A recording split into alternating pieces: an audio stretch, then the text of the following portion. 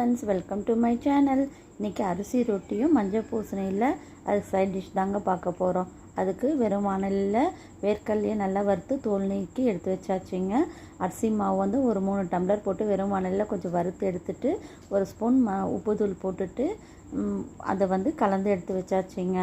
ஒரு 3 பச்சை மிளகாவை பொடியாக நறுக்கந்தையும், ஒரு 2 பெரிய வெங்காயத்தை பொடியாக நறுக்கந்தையும், கொத்தமல்லி வந்து கொஞ்சம் பொடியாக நறுக்கந்தையும் அதில் போட்டு நல்லா கலந்து எடுத்துக்கிட்டாச்சுங்க. சுடுதண்ணி வந்து இதில் ஊற்றி கொஞ்சம் கொஞ்சமாக போட்டு பசைஞ்சு எடுக்க போகிறோங்க. உருண்டை ஊட்டி தட்டி எடுக்கிற பதத்துக்கு கொஞ்சம் கொஞ்சமாக சுடுதண்ணி ஊற்றி நல்லா கலந்து அது உருட்ட போகிறோங்க. அரிசி ரொட்டி வந்து எளிதில் ஜீரணமாகுன்றதுனால இது அடிக்கடி பசங்களுக்கு கொடுக்க வேண்டிய ஃபுட்டு தாங்க.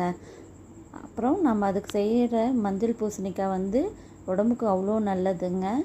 அது வந்து உடல் எடையை குறைக்கிறதுக்கும் அதில் உள்ள சத்துள்ள ஃபுட்டு தாங்க. இந்த மாதிரி செஞ்சு பாருங்கள், ஆசையாக சாப்பிடுவாங்க. இந்த மாவும் ரெடிங்க. அதை ஒரு 10 நிமிஷம் ஊற வைக்கலாங்க. அதுக்குள்ளே வந்து மஞ்சள் பூசணியாக தூள் நீக்கிட்டு நல்லா அலசிட்டு பொடியாக நறுக்கி எடுத்து வச்சாச்சுங்க. வானலியில் வந்து ஒரு 2 ஸ்பூன் எண்ணெய் ஊற்றிட்டு கடுகு, பச்சை மிளகா ஒரு 5 கீறினது, ஒரு 2 பெரிய வெங்காயம் நல்லா பொடியாக நறுக்கந்தையும் நல்லா போட்டு அதை வதக்கியாச்சுங்க. அது நல்லா பொன்னிறமாக வந்த உடனே இந்த மஞ்சள் பூசணியும் நல்லா போட்டு எண்ணெயிலே ஒரு வதக்கிக்க வேண்டியதாங்க. அது நல்லா வதங்கின உடனே கொஞ்சம் தண்ணி ஊற்றிட்டு அப்புறம் கொஞ்சோண்டு உப்பும் போட்டுட்டு அதை வேகட்டுன்னு மூடி வைக்க வேண்டியதாங்க. அதுக்குள்ளே ஒரு ஜாரில் ஒரு 5 காஞ்ச மிளகாவும் கொஞ்சமாக உப்பும் வேர்க்கடலையும் போட்டு அது ஒரு பொடி பதத்தில் அரைச்சி எடுத்துக்க போகிறோங்க. இது 2 முறை போட்டதுனால அதை போட்டு நல்லா கலந்து எடுத்து வச்சாச்சுங்க அந்த பொடியும். அப்புறம் பூசணிக்காய் நல்லா வந்து வெந்துடுச்சுங்க. இது என்னடா குழன்னு இருக்கேன்னு நினைக்காதீங்க. இது வந்து இதையும் இன்னும் நல்லா மெசிச்சு ஒரு மாதிரி தண்ணி பதத்தில் இருக்கிற மாதிரி தாங்க பண்ண போகிறோம். அதை நல்லா மசிச்சு விட்டாச்சுங்க. அதை மசித்த உடனே அது ஒரு கிளறிட்ட பின்னாடி நம்ம அரைச்சி வச்ச அந்த பொடியை வந்து சேர்த்துக்கலாங்க. நம்ம காரம் எவ்வளோ தேவையோ அவ்வளோ சேர்த்துக்கலாம். நான் ஒரு 5 ஸ்பூன் கிட்ட இதை போட்டுக்கிட்டேங்க. மீதி பொடியை எடுத்து வச்சுருக்கேன். அப்புறமா பொடியாக நறுக்கின ஒரு பெரிய வெங்காயத்தையும் கொத்தமல்லியும் போட்டு ஒரு கிளறி எடுத்து வச்சாச்சுங்க. அவ்வளோதாங்க, மஞ்சள் பூசணியில் ஒரு கிரேவி ரெடிங்க. இதை தான் நம்ம தொட்டு சாப்பிட போகிறோம்.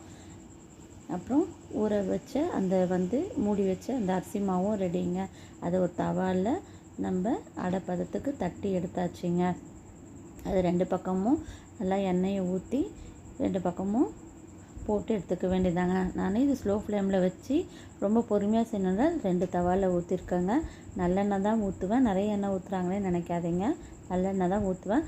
அதை திருப்பி போட்டுட்டு நடுவில் வேகாத நேட்டு நம்ம தோசை தவாலேயே கொஞ்சம் ஓட்டை போட்டுட்டு அதை வந்து கொஞ்சோண்டு எண்ணெயை வந்து அதில் போடலாங்க. அப்போ நடுவில் நல்லா வெந்து வரும். 2 பக்கமும் நல்லா வேக வச்சு எடுத்து அரிசி ரொட்டியும் ரெடிங்க. மஞ்சள் பூசணிக்காய் கிரேவியும் ரெடி. அதோடு அந்த பவுடரும் நம்ம எடுத்து வச்சுக்கலாங்க. காரம் பத்தலைன்னா இது 2ம் சேர்த்து சாப்பிடும் போது காரம் சேர்ந்து வருங்க. இந்த டிஷ் எப்படி இருக்குன்னு செஞ்சு பார்த்துட்டு கமெண்ட் பண்ணுங்கள், லைக் பண்ணுங்கள், ஷேர் பண்ணுங்கள், சப்ஸ்கிரைப் பண்ணுங்கள். தேங்க்யூ.